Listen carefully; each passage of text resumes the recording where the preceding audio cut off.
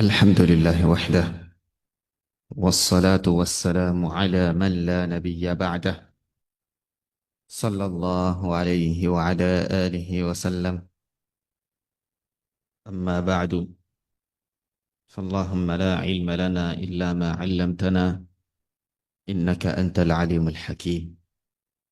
إن شاء الله تعالى، إليني الدرس الثاني والعشرون، دان لك إلاك جيلي لغون نمبر 22، لكن ترى دروس اللغة العربية لغير الناطقين بها أقواكيني.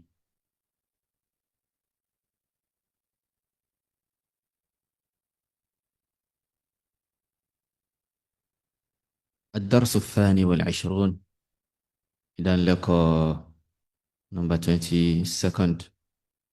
حامد طبيب. حامد جاء دكتور. حامد is a doctor. زوجته مدرسة. يا ورجاء لك بني. اسمها آمنة. آمنة إناني وركاره. حامد له 4 أبناء. حامد ني أما كوني هم أما كوني لوركان حمزة وعثمان وأحمد وإبراهيم. لوركان مانا نتعداي حمزة عثمان أحمد إبراهيم. أني أحمد وحمزة طالبان. أحمد أتي حمزة وجاء أكيكو.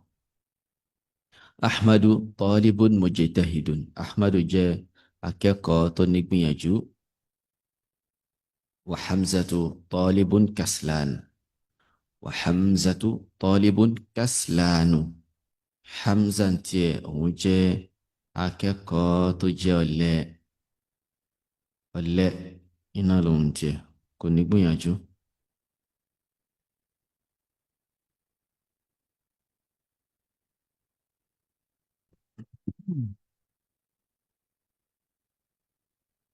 Qala Yusufu. Yusufu sọ wípé indi khamsatu aqlamin.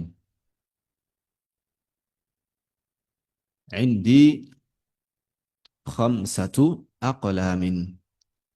Ó ń bẹ lọ́dọ̀ mi ò, mo ní gègé ìkọ̀wé márùn-ún. Mo ní gègé ìkọ̀wé márùn-ún. I have 5 pen. I have 5 pens. هذا قلم أحمر. هذا قلم أحمر. Pẹ́ẹ̀nì eléyìí o, kọ́lọ̀ rẹ́dì ni. وهذا قلم أزرق. Eléyìí o, kọ́lọ̀ blue lòun tiẹ̀. Pẹ́ẹ̀nì eléyìí o, kọ́lọ̀ blue ni. وهذا قلم أخضر. Pẹ́ẹ̀nì eléyìí tiẹ̀ kọ́lọ̀ green ni. وهذا قلم أسود. Pẹ́ẹ̀nì eléyìí tiẹ̀ kọ́lọ̀ black ni. وهذا قلم أصفر. Pẹ́ẹ̀nì eléyìí o, kọ́lọ̀ yellow ni. Kọ́lọ̀ yellow ni. A rí pé ìgbẹ̀yìn àwọn kọ́lọ̀ yẹn à ń fi àmì sí, à ń kàn máa sí torí àlàyé tí ó padà wá inshallah ta'ala. Qalat Zainabu. Zainabu sọ wípé indi manadilu kathiratun. Mo ní àwọn handkerchief tó pọ̀. Hadha abyad. Kọ́lọ̀ white lélẹ́yìí. وهذا أصفر. kọ́lọ̀ yellow lélẹ́yìí. وهذا أحمر. kọ́lọ̀ red lélẹ́yìí. وهذا أزرق. kọ́lọ̀ blue ní eléyìí. قالت لها فاطمة. فاطمة وانصف زينب بي أعندك منديل أخضر. أعندك منديل أخضر. إجا منديل handkerchief tó jẹ́ green color wà lọ́dọ̀ rẹ̀. ǹjẹ́ ó ní handkerchief tó jẹ́ green color? قالت زينب sọ pé لا rárá o ما عندي منديل أخضر. mi ò ní green handkerchief. qala talhatu qala talhatu Talha sọ pé indi mafatihu kathiratun, mo ní àwọn kọ́kọ́rọ́ tó pọ̀. hadha miftahul ghurfati, kọ́kọ́rọ́ yàrá lélẹ́yìí. wa hadha miftahul haqibati, kọ́kọ́rọ́ báàgì lélẹ́yìí. wa hadha miftahus sayyarati, kọ́kọ́rọ́ mọ́tò lélẹ́yìí. qala Sufyanu qala Sufyanu Sufyanu sọ pé fi baladina masajidu wa madarisu kathiratun. Fi baladina, ó ń bẹ nílùú wa, masajidu, àwọn mọ́sálásí, wa madarisu, àti àwọn ilé ẹ̀kọ́ schools, kathiratun, tó pọ̀. Wa fanadiqu, àti àwọn hotels, qalilatun, tí ó pọ̀ tó kéré. ẹnìkan wá sọ pé ahaula'i atibba'u, ahaula'i atibba'u, ǹjẹ́ dókítà ni àwọn ilé jam'u tabibi náà nìyẹn, atibba'u. láà, wọ́n dáhùn pé rárá o, hum mudarrisuna, olùkọ́ ni wọ́n. wa hum ulama'u kibarun, wa hum ulama'u kibaru, àwọn àgbà fásì ni wọ́n, àwọn àgbà olùmọ̀ iná ni wọ́n. Naam, ohun tí a fẹ́ kọ́ nínú ìdánilẹ́kọ̀ọ́ yìí, ìyìn náà ni wọ́n wá ṣe ìfúrọ́dẹ̀ àbí ni wọ́n dá pọ̀ sẹ́yìn yìí.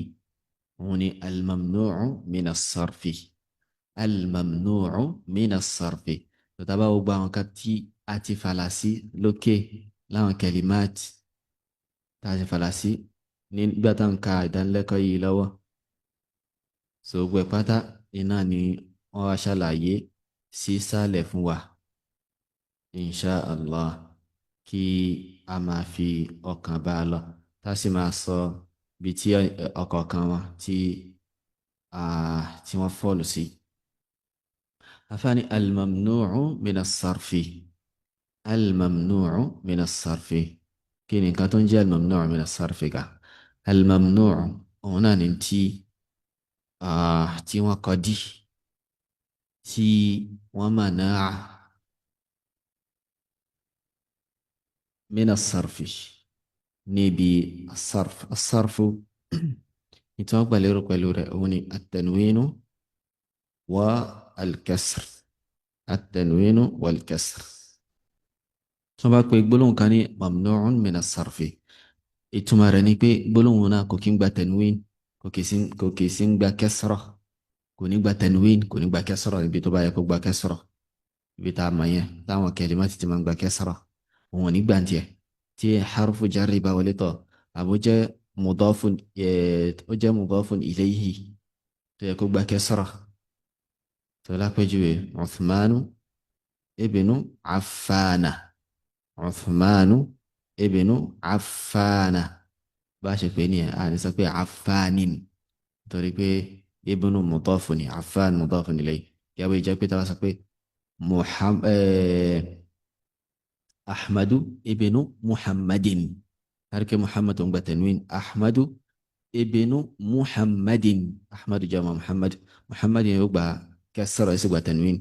ṣùgbọ́n Uthman ibnu Affan, Uthmanu ibnu Affana, fatha ni ó gbà, nítorí pé Affan yẹn mamnu'un min as-sarf inan.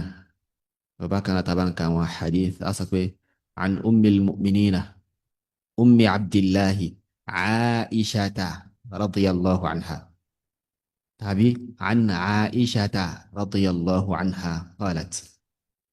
ká ṣàkíyèsí ibi tá a bá ti ń rí àwọn hadith tí a rí an níbẹ̀ pé wọ́n gbà wá láti ọ̀dọ̀ lágbájá, obìnrin tó jóbìnrin, tó jẹ́ pé orúkọ rẹ̀ ni wọ́n dá, kì í ṣe kúnníà rẹ̀ pé an ummi hani àbí an ummi kìnìkan, tẹ́ pé orúkọ rẹ̀ ni wọ́n dá, a rí pé kìnnì an aishata iná dárí, tó jẹ́ pé an yẹn nínú àwọn huruful jarri ni, nínú àwọn huruful jarri iná ni, tòun ti bẹ́ẹ̀ kọ́ kò gba in tó wà lẹ́yìn rẹ̀ tó jẹ́ orúkọ obìnrin kò gba kasra.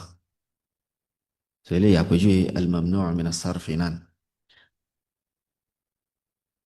al-mamnu' min as-sarfi ó wá pé oríṣiríṣi ó pé oríṣiríṣi alákọ̀ọ́kọ́ ń bẹ afáàní al-anwa'ul atiyatu min al-asma'i àwọn types tó ń bọ̀ yìí nínú àwọn nouns mamnu'atun min as-sarfi mamnu' min as-sarfi ni wọ́n yẹn pé wọn kì í gba tanwin wọn sì ní gba kẹsìrọ̀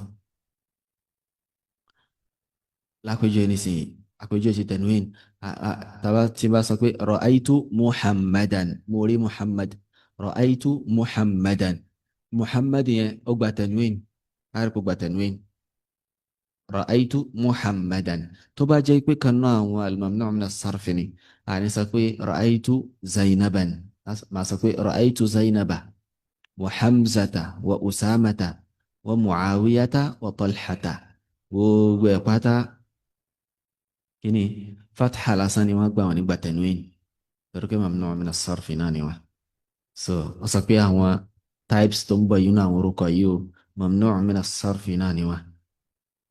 ممنوع من الصرف اسم لا ينون اسم لا ينون orúkọ kan ni kò kí ń gba tanwin tó bá tún wà nípò jarru kò ní gba kẹsra fatha ni ó gbà ìyẹn ni pé tí harfu jarri bá wọlé tọ̀ tàbí tó jẹ́ mudafun ilayhi fún mudafu kan instead tí ó fi gba kẹsra yẹn fatha ni ó gbà fatha yìí náà ni ó gbà kò ní gba kẹsra alákọ̀ọ́kọ́ ọkọ̀ zainabu mariamu fatimatu aishatu makkatu juddatu àwọn eléyìí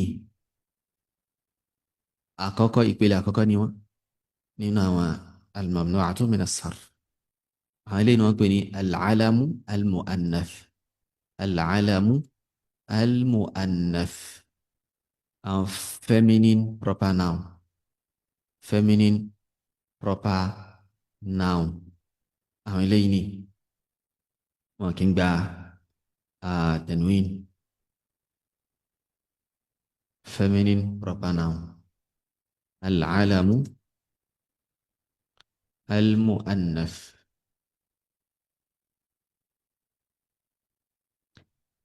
feminine proper noun wọn kì í ṣe kíni wọn kì í gba àbí mamnu' min as-sarfi iná ni wọn mamnu'un min as-sarfi iná ni wọn proper noun sọ bí ilé ìbò ṣe rí náà ni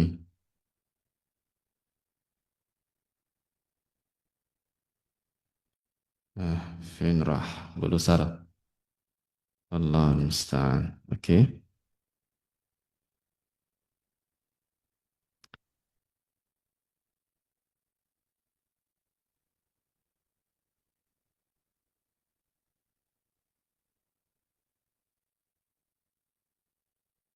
so bí eléyìí bó ṣe rí nìyẹn feminine proper noun feminine proper noun al-alamu al-mu'annath ẹlẹ́ẹ̀kejì ilé ọ̀sálọ́nìs ẹlẹ́ẹ̀kejì hamzatu hamzatu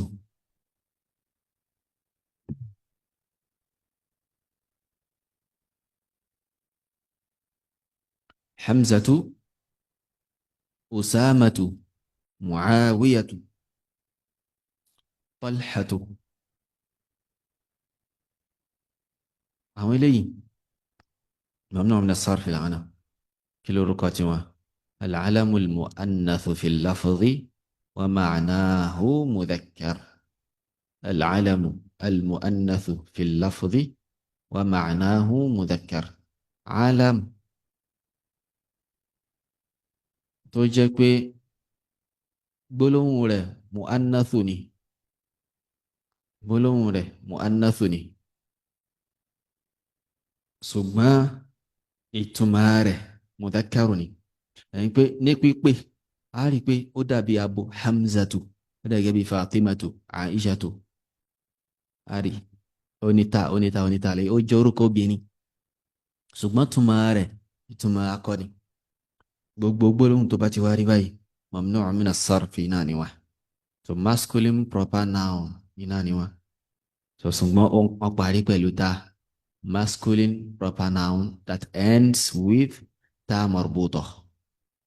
Masculine proper noun that ends with ta marbuta. Ta roboto yẹn.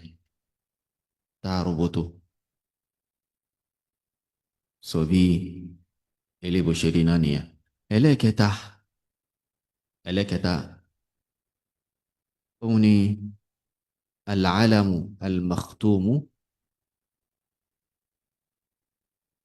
Al-alamu al-makhtumu بألف وتاء بألف ونون زائدتين. العلم المختوم بألف ونون زائدتين. òun ni alam proper noun tó parí pẹ̀lú alif àti nun tó jẹ́ ziyada tó jẹ́ àlékún. Alif àti nun tó jẹ́ kí ni tó jẹ́ zaidatayn. So alamu ni orúkọ ni proper noun ni ó wá parí pẹ̀lú alif àti nun. Anu, anu, anu, anu, anu. Uthmanu, Affanu, Sufyanu, Marwanu, Nu'manu, Ramadanu, àti bẹ́ẹ̀ bẹ́ẹ̀ lọ. Àti bẹ́ẹ̀ bẹ́ẹ̀ lọ. So bí eléyìí bó ṣe rí náà nìyẹn. Bí eléyìí bó ṣe rí iná nìyẹn. So lẹ́yìn náà eléyìí òun náà parí pẹ̀lú àánú.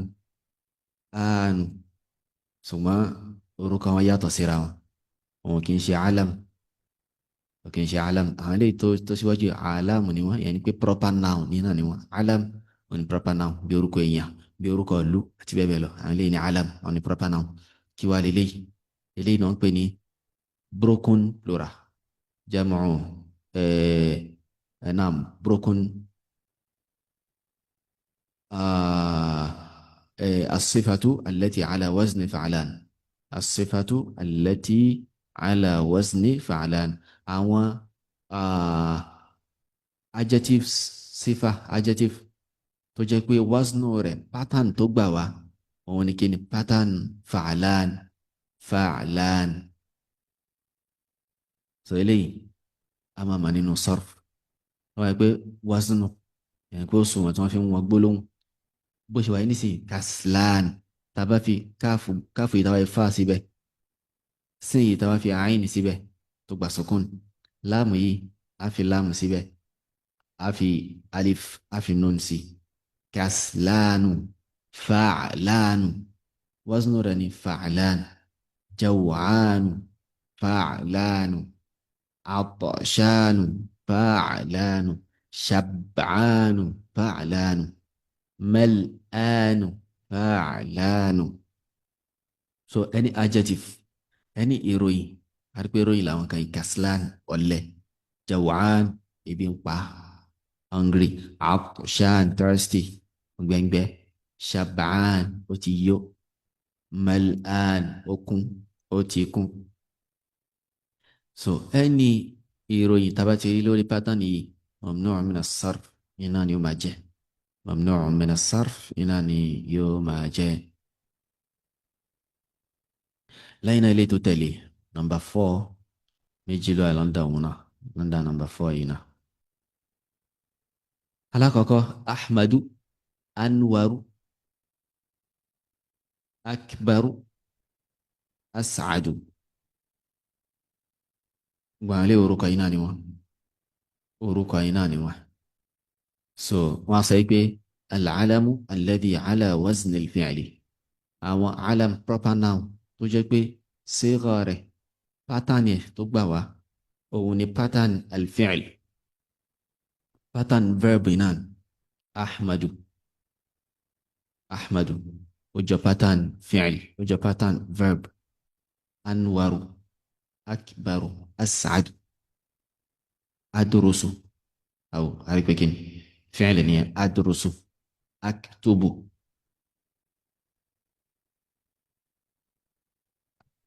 akulu àrípẹ́ pattern yẹn jọra wọn pátánì ẹ̀ jọra wọn.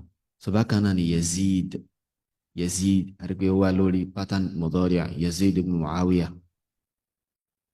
Yazid ibn Muawiya. Torí ẹ̀ Yazid náà mamnu' min as-sarf iná lòun náà. So al-alam proper noun tó jẹ́ orúkọ èèyàn àrígbé orúkọ èèyàn làwọn eléyìí. Yazid náà orúkọ èèyàn ni àrígbé òun jọ fi'l mudari' dáadáa, bẹ́ẹ̀ náà làwọn eléyìí náà wọn náà jọ fi'l mudari'. Tẹ́yìn bá ń sọ̀rọ̀ nípa èèyàn, nípa ara èèyàn. So gbogbo proper noun tó bá ti wá lórí pátánì yìí mamnu' min as-sarfi iná ni wá. Báàrẹ̀ abyadu, aswadu, ahmaru, asfaru, akhdaru, azraqu. Àwọn colors iná làwọn eléyìí. Àwọn colors iná ni àwọn eléyìí. So eléyìí ni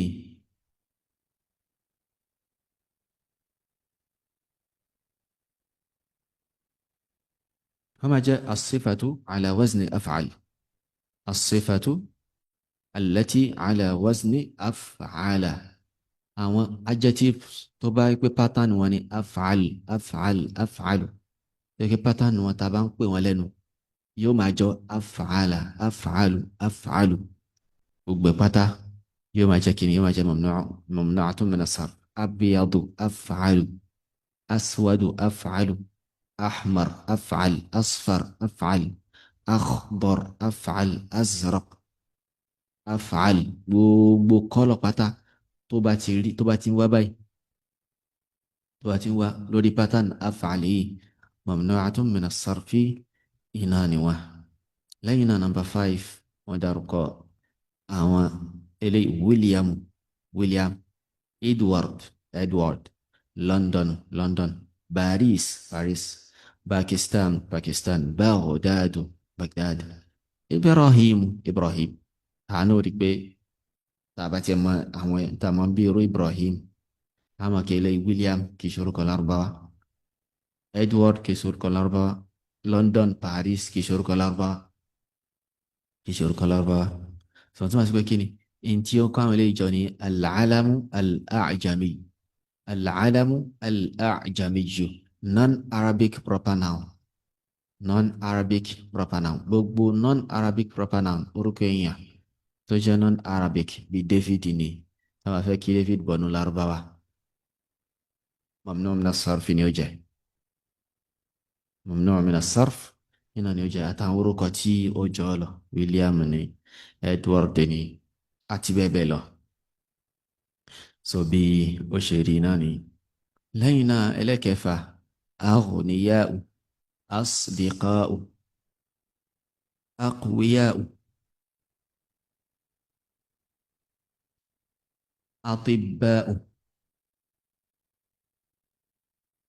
so wọ́n rí pátá wọ́n máa pè wọ́n ní alismul makhtumu bi alifin mamdud, orúkọ tó parí pẹ̀lú al-alifu al-mamdud, al-alifu al-mamdud tó wá jẹ́ ala wazni af'ila'u. waznu rẹ̀ pátánì rẹ̀ tá a máa gbọ́ tí ó máa sound níbẹ̀ ni af'ila'u, aghniya'u, af'ila'u, asdiqa'u, af'ila'u, aqwiya'u. naam, mo gbàgbé eléyìí Ismailu yìí. àwọn àpèjúwe mi fún àwọn al-alamu al-a'jami non-Arabic proper noun Ismailu, Ishaqu, Yaqubu, Yunusu, Yusufu.